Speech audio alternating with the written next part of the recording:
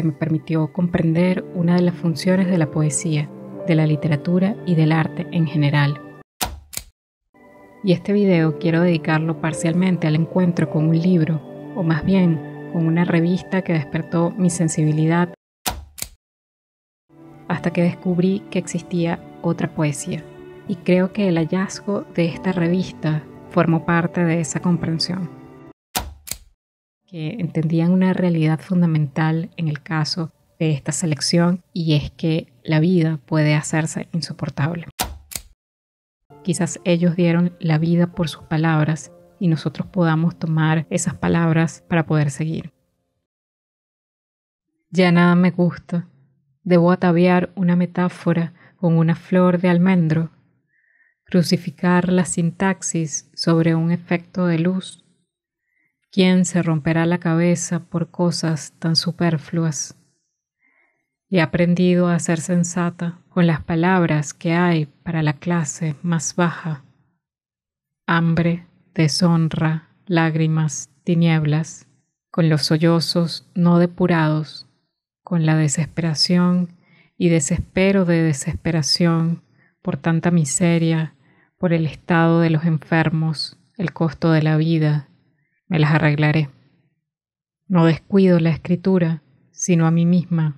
Los otros saben, Dios lo sabe, qué hacer con las palabras. Yo no soy mi asistente. Debo aprisionar un pensamiento, llevarlo a la iluminada celda de una frase, alimentar oídos y ojos con bocados de palabras de primera, investigar la libido de una vocal, averiguar el valor de amateur de nuestras consonantes.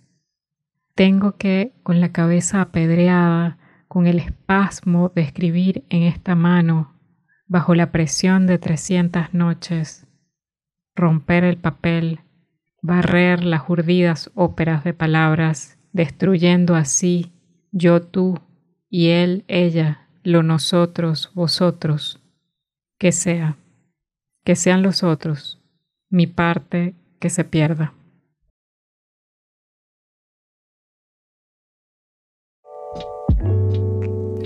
Hola, soy Valentina Fuentes, soy escritora, poeta y aficionada de los procesos creativos.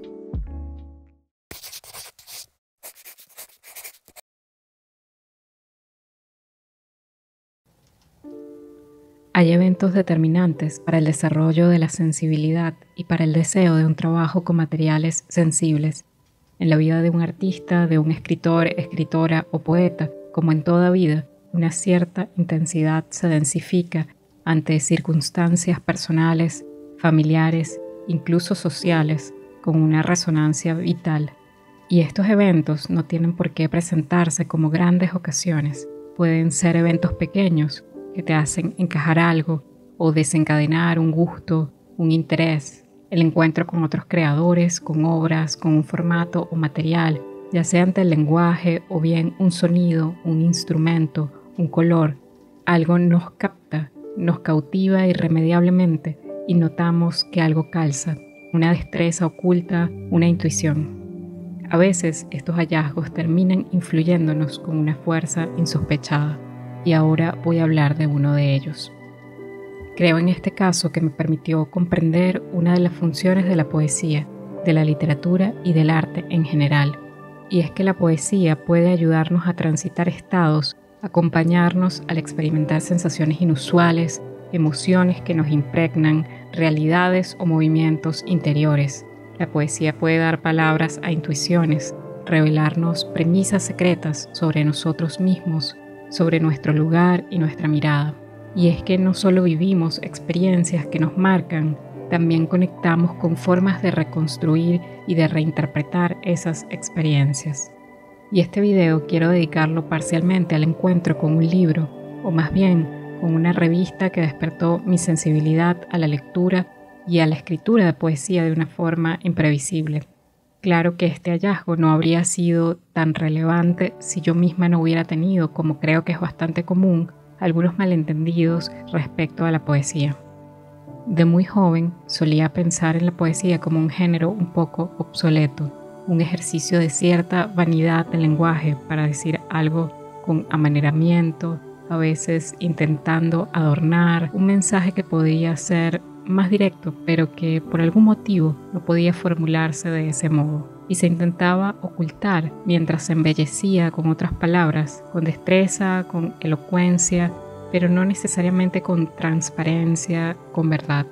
La poesía, según mi entender de ese momento, y porque así me lo habían transmitido, podía ser profunda, pero también podía llegar a ser ridícula, hasta que descubrí que existía otra poesía. Y creo que el hallazgo de esta revista, como un evento fortuito y pequeño, formó parte de esa comprensión.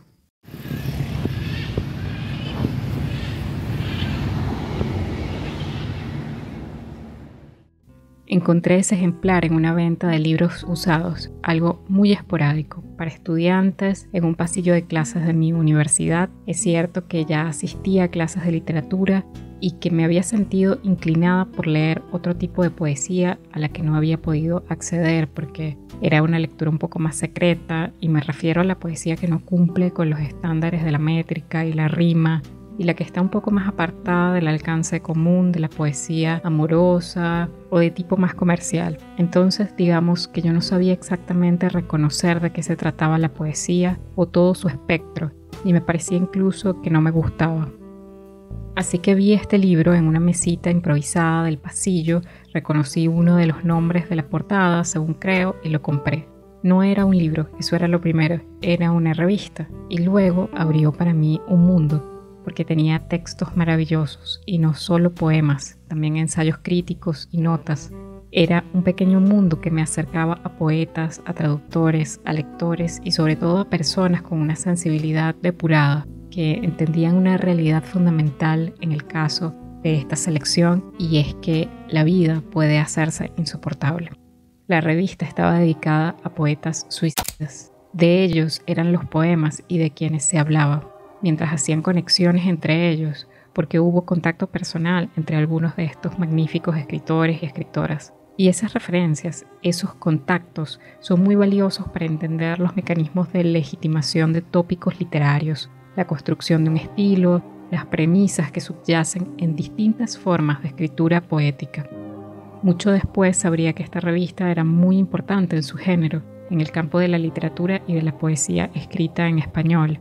Era la revista Hora de Poesía, que funcionó como una edición bimestral localizada en Barcelona, en España. Los redactores, traductores y poetas seleccionados eran magníficos. Lo interesante es que en ella se combinaba el contexto crítico y personal del poeta junto a una selección de sus poemas con traducciones muy cuidadas, de manera que incluía diferentes tipos de ensayos, notas críticas, correspondencia entre autores, notas de sus diarios y poesía.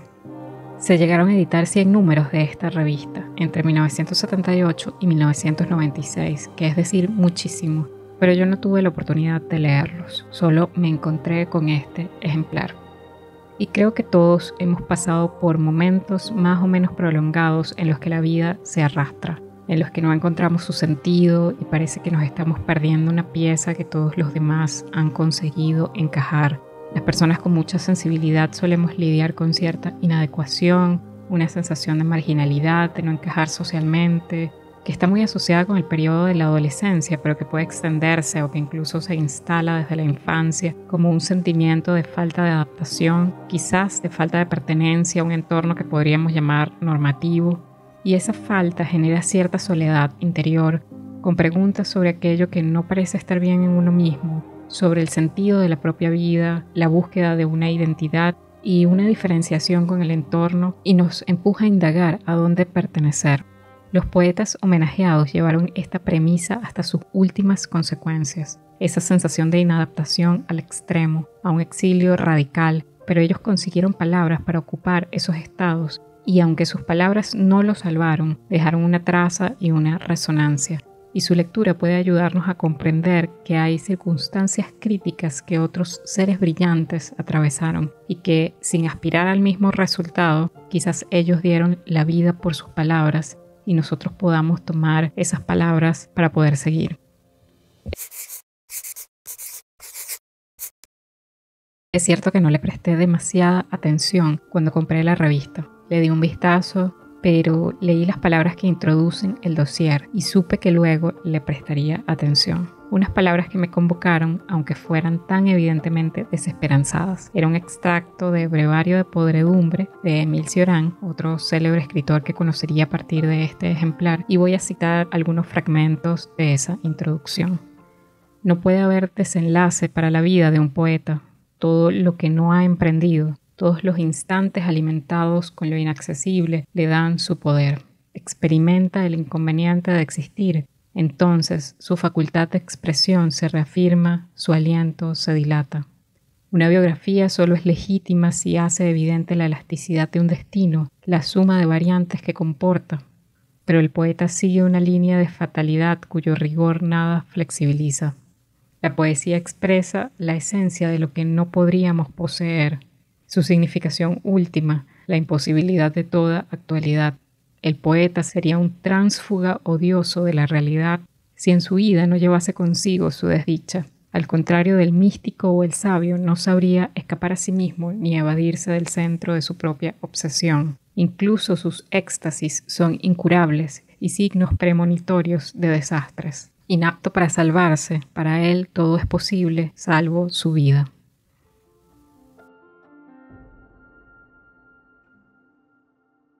Esa sería apenas la introducción. Esta revista, este pequeño objeto, abrió mi sensibilidad en gran medida, mi forma de entender algo más de la escritura poética. Y ciertamente me acompañó en diferentes momentos a transitar impresiones, a dar nombres en esa sensación de no saber qué hacer en el mundo, qué lugar ocupar siendo más joven, pero también ahora que el mundo se desata en una dinámica social voraz, podemos sentir con mucha potencia ese extrañamiento y esa negación a pertenecer. Tampoco se trata de desdecir otros registros de la poesía. Existe igualmente una poesía tramada como refugio gozoso, pero es cierto que la melancolía suele conducirnos a estados más hondos, hacernos contactar con lugares incómodos, con partes ocultas de nosotros, porque están obligadamente más censuradas en nuestro entorno, y eso hace que sean más difíciles de transitar y que se escondan mucho más que otras instancias festivas en las que estamos más dispuestos a compartir y a vivirlas de una forma plena. Así, este ejemplar me acercó de golpe a varios escritores que no conocía y que correspondían, por decirlo de alguna manera, a una misma familia, y quisiera comentarles brevemente de algunos de los poetas y extractos de poemas que encontré en ella. Es el caso de Cesare Pavese, con esa imposibilidad de contactar con el dolor traumático muy propio de la poesía de posguerra, cuando nos dice: vives como una piedra, como la tierra dura, y te recubren sueños, movimientos, sollozos que tú ignoras. El dolor, como el agua de un lago, tiembla y te rodea. Son círculos en el agua, tú los dejas desvanecer.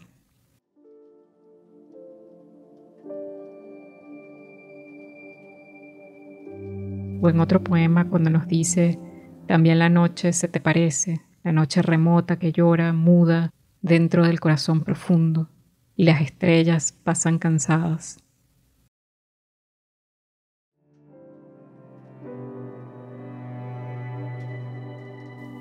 Es curioso cómo los poemas acompañan, algo magno obra en ellos, y en algunos casos creo que se tiene ese impulso de análisis solamente por la brevedad con la que son capaces de conmovernos, como si quisiéramos romper el hechizo que provocan.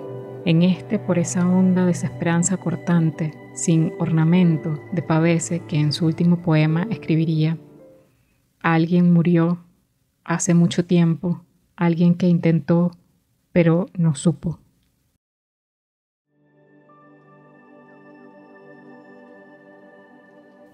Son palabras que parecen dar todo de sí mismas, así conservan su fuerza, no tienen adornos.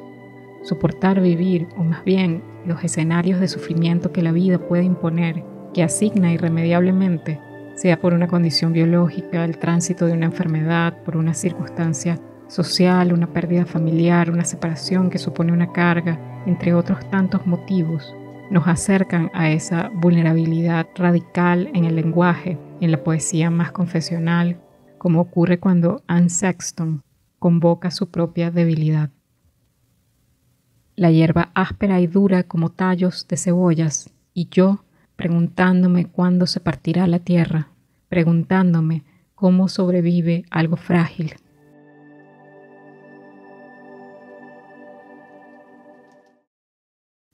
O cuando contrapone esa misma vulnerabilidad a su crecimiento y leemos: luego fue la vida con sus casas crueles y personas que rara vez se tocaban, a pesar de que el tacto lo es todo.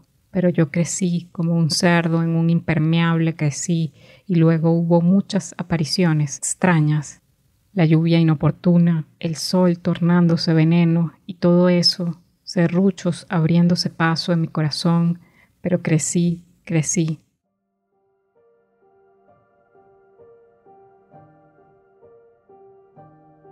O en esa condición permanente de exigencia de género que no podía ceder y que le costaría la vida a Sylvia Plath. La mujer ha alcanzado la perfección, su cuerpo muerto tiene la sonrisa de la consumación cuando el jardín se petrifica y las fragancias sangran.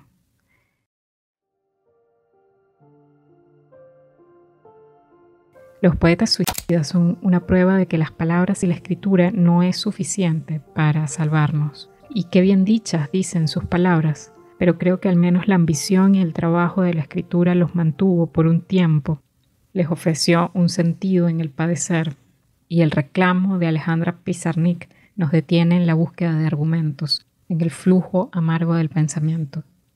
Nada sino golpes, y se ha llorado. Basta de querer entender el sufrimiento, nada sino golpes.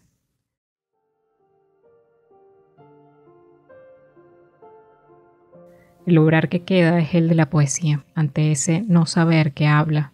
En un texto tomado de su agenda podemos leer: yo, triste espera de una palabra que nombre lo que busco. ¿Y qué busco?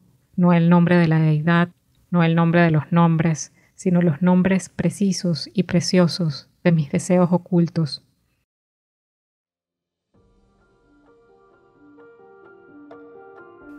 Esta revista amplió mi capacidad de lectura y de reflexión en torno a lo que puede decir y a lo que puede hacer la poesía.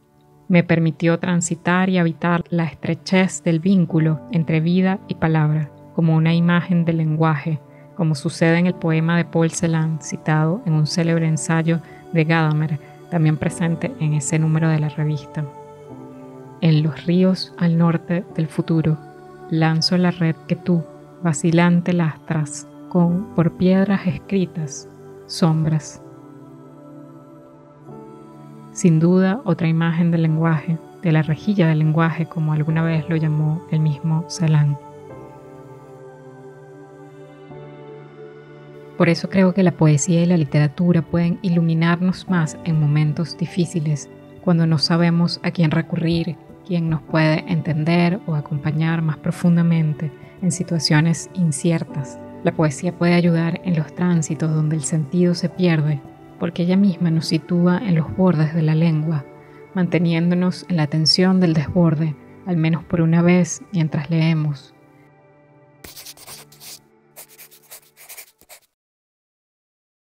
Lugar de refugio, a mí me parece que es lo que dinamita nuestra relación con el arte, ¿no? Al final de cuentas, leemos libros, bailamos, escuchamos música porque encontramos ahí una zona de refugio. Y es verdad que es un refugio endeble, es decir, no dura mucho, es breve, pero ya está. Quizás los refugios solo sean espacios donde abrevar temporalmente. Quizá en otro video podamos hablar más de estos poetas o de su escritura. Son maravillosos, incluso los menos conocidos son contundentes y sus palabras me siguen conmoviendo. Coméntenme si es algo que les pudiera interesar. De algún modo quisiera que estos videos también puedan ser algo como lo fue para mí ese encuentro, ese hallazgo pequeño que despierte un interés más profundo en otras personas sensibles a la creación y al lenguaje. Una conexión con la vida en donde podríamos sentirnos solos, perdidos, inadecuados o sin arraigo. Que estos videos les acompañen, les ayuden a transitar y a atravesar estados y motivar una búsqueda propia, una ambición. Es cierto que no resuelven todo, que cuando estamos en el desierto no sabemos cómo sobrevivir. Espero puedan ser una compañía temporal, en el hartazgo, en la intemperie, en la tormenta, porque yo tampoco sé vivir Creo que estamos aquí para averiguarlo, para intentarlo, para encontrar la fuerza de ese destino.